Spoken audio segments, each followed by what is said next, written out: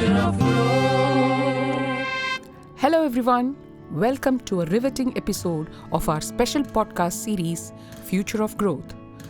Today, we dive deep into the heart of global geopolitics and cutting-edge technology. We are honored to host Chris Miller, an esteemed economic historian and geopolitical expert, whose insights have illuminated the intricate dynamics of the semiconductor industry in his latest book, Chip War. Join us as we embark on a journey to unravel the geopolitical chessboard, exploring the rise of nations, the impact of technology on global power structures, and the intense competition surrounding the critical world of semiconductors. Get ready for a thought-provoking conversation that delves into the past, present, and future of the chip war, with Chris Miller as our guide through this complex and crucial landscape. Hello, Professor. We are super excited to have you on our podcast series. So, how was your first visit to Tamil Nadu and its capital been? Well, it's exciting to be here. It's my first time in Chennai, so a great opportunity to visit a part of India I haven't been to before. Well, it was exciting to see so many different businesses from different sectors of the economy with a lot of big announcements about new investments. Professor, during your session at the Global Investors Meet, you did make a mention about taking China head-on isn't the best strategy. Could you just elaborate a little more on that? Well, I think for India, as it thinks about a semiconductor strategy, you've got to think about the global context as well, because ultimately the chips that are being designed or produced or assembled are going to be competing internationally, because the market is an international market. And so that's why finding a niche where there's a scope for building a business without direct competition is probably the best strategy. And I think the key challenge right now is that the Chinese government is spending more on subsidizing its chip industry than the rest of the world is spending in subsidies combined.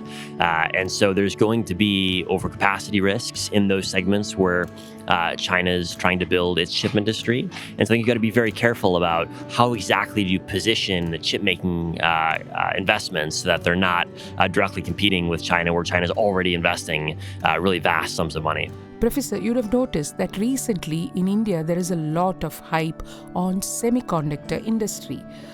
Even in Tamil Nadu, there has been an announcement of a semiconductor policy. Do you think as a state, as a country, they are in the right direction?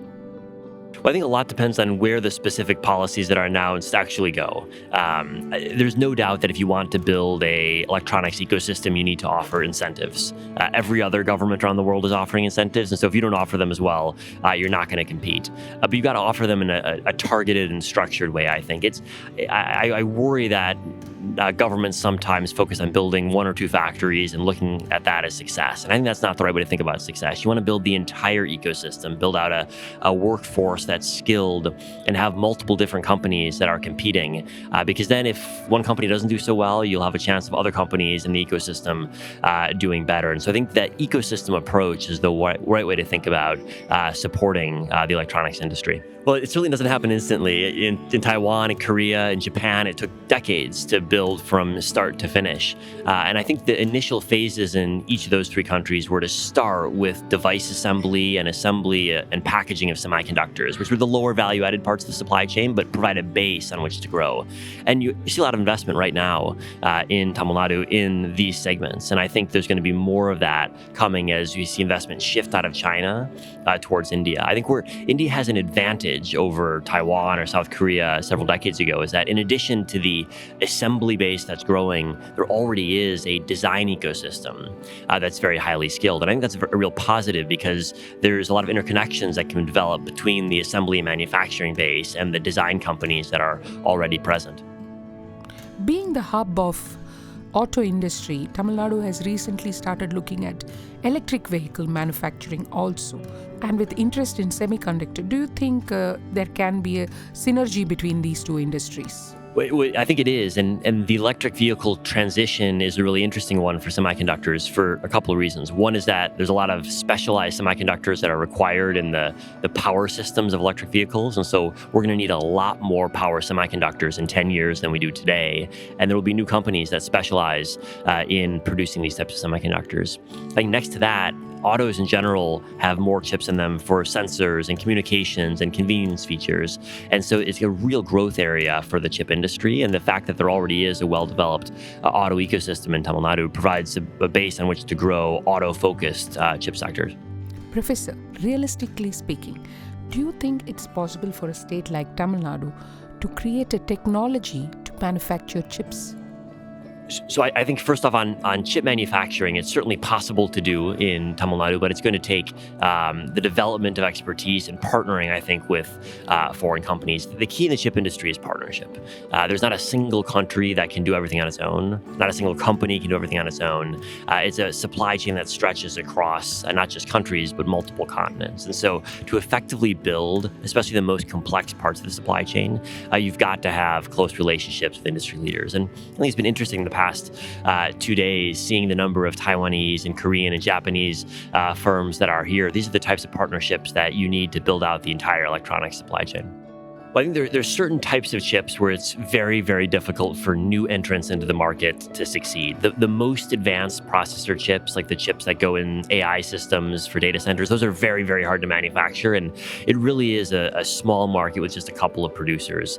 But for other types of chips that are less technologically demanding, there's a more diverse marketplace. And so a lot of the chips that go in automobiles or aviation or medical devices, these don't require the most cutting edge processes. And so there's more scope for other competitors to enter the market. Same thing in chip design as well. There's a whole set of semiconductors that are used in general manufactured goods that are more straightforward to learn to design, and therefore it's easier for companies to enter the market for them. Professor, do you think that Tamil Nadu's high-skilled workforce will come as an advantage to propel in the semiconductor industry? I think the skill base here is certainly one of the reasons why you see so many foreign investors coming. I also think, though, that in the chip industry, there are lots of very specialized skill sets that just talking about a region as being high skilled doesn't necessarily mean it has every single type of skill that you need. And it's a challenge that every region that's trying to build its chip industry faces. There's a lot of niche skills that you really only develop as you're building up the industry. And so I think there's a very strong base to build on, but that doesn't mean there won't be challenges that have to be dealt with in terms of specific knowledge areas that only exist in certain areas. Professor, technology and high-skilled workforce, this apart, what's the kind of timeline we look at when we talk about semiconductor industry? Yeah, well, I think if you look at Taiwan, Korea, or Japan, it took them decades, as we said, to build the chip industry. And so right now, I think there's a lot of focus on a lot of investment in device assembly. I think assembly and test of semiconductors is the next natural step.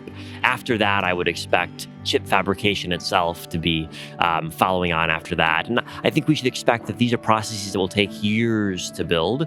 But I think now is the time to act because supply chains are shifting so rapidly right now. Well, compared to Taiwan, in Taiwan, the chip industry is the biggest industry in the country by far.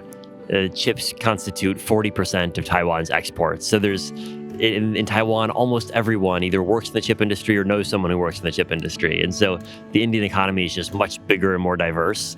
And so it's quite different in that respect. Korea as well is very semiconductor focused. It's the biggest export from Korea in most years. Professor, we've been conversing a lot on the semiconductors.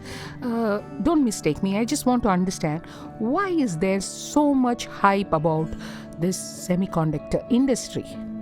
Well, I think there's three reasons. One is that during the pandemic, there were very severe shortages, and they were present not just in the tech sector, but across the manufacturing base. So everyone began to understand just how reliant we all are on semiconductors. I think the second factor is that AI has illustrated just the extraordinary potential of what semiconductors can make possible. And the third is the politics, that semiconductors are at the center of a whole number of big geopolitical shifts. And you see every government around the world trying to think strategically about their chip industry, not just for the commercial considerations, but also for the strategic implications. Interesting. On that note, what do you think are the major challenges and also the opportunities that a state like Tamil Nadu will have when they delve deep into this semiconductor industry? Well, I think there's a lot more opportunities than there are challenges. I think in terms of assembly and manufacturing, there's extraordinary scope for growth of India's ecosystem. And in chip design, there's going to be globally, I think, much more focus on chip design over the next 10 years because we're going to rely more on better designs to drive technological progress. And so both of those aspects, the growth in the assembly base and then the increasing importance of chip design, provide opportunities for India. And the challenges are twofold. One is that it's just hard to build an industry, hard to build an ecosystem like this. It takes time, it takes capital when it comes to the manufacturing base, and it takes skills that are difficult to build. Now, India's got a lot to build on, but nevertheless, we shouldn't underestimate just the amount of time it's going to take to fully build out the ecosystem. I think the second challenge, if I can add one more, is making sure you're extracting value from each segment of the value chain that you've got in your country. If you look at China, for example, over the last 20 years, China moved from just assembling phones to actually producing a lot of the components inside of phones. And so the amount of value per phone assembled in China went from $5 or $10 15 years ago to over $100 today. And so as India attracts more assembly manufacturing, it's how to make sure it's not just doing the basic assembly, but it's also manufacturing a lot of the components that are going into those phones. That's how you really extract the most value. Professor, with China making significant strides in chip building, how do you foresee the future balance of power in technology and its geopolitical implications? Well, I think for the foreseeable future, the geopolitical dynamics are going to shape the tech sector. For a long time, until about 5 years ago, tech companies thought they didn't have to care about geopolitics, and they've all come to realize that that's not true. And in fact, the interests of the Chinese government, the US government, the Japanese government can have vast implications on how companies operate. And it's causing a big shift in supply chains that is, on the one hand, is a focus of all companies planning right now. They're realizing they've got to shift the way they operate, but it also presents opportunities for companies to win business and win market share in the chip industry. Professor, the semiconductor industry is marked by rapid technological advancements. So what breakthroughs do you anticipate in the near future, and how might they shape the global affairs? Well, I think there's a couple of trends that are already developing but will be increasingly important technologically over the coming years. I think one is focusing on chips for AI. Right now, there's just a couple of firms that produce chips that are designed for artificial intelligence, but as we get better and better with AI, we're going to want chips that are specialized to efficiently run AI applications. So that's a huge growth market. The second, which we touched on, is automotive and mobility. The trend is using more and more chips in cars year after year, providing more and more features. And this is a real growth market for the chip industry. Technological advancements always come with the question on sustainability. And I assume it won't be any different for semiconductor industry also. So, Professor, how do you think, sustainability can become a core in this industry also?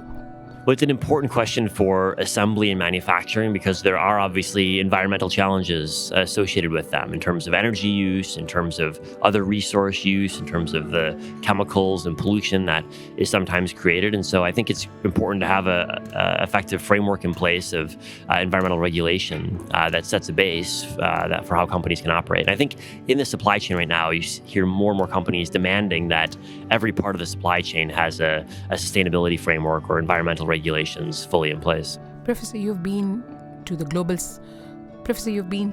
investors meet in Chennai, and you'd have seen all the buzz that is around various industries and the semiconductor policy announced. Coming back to Tamil Nadu, what do you think are the advantages the state will have?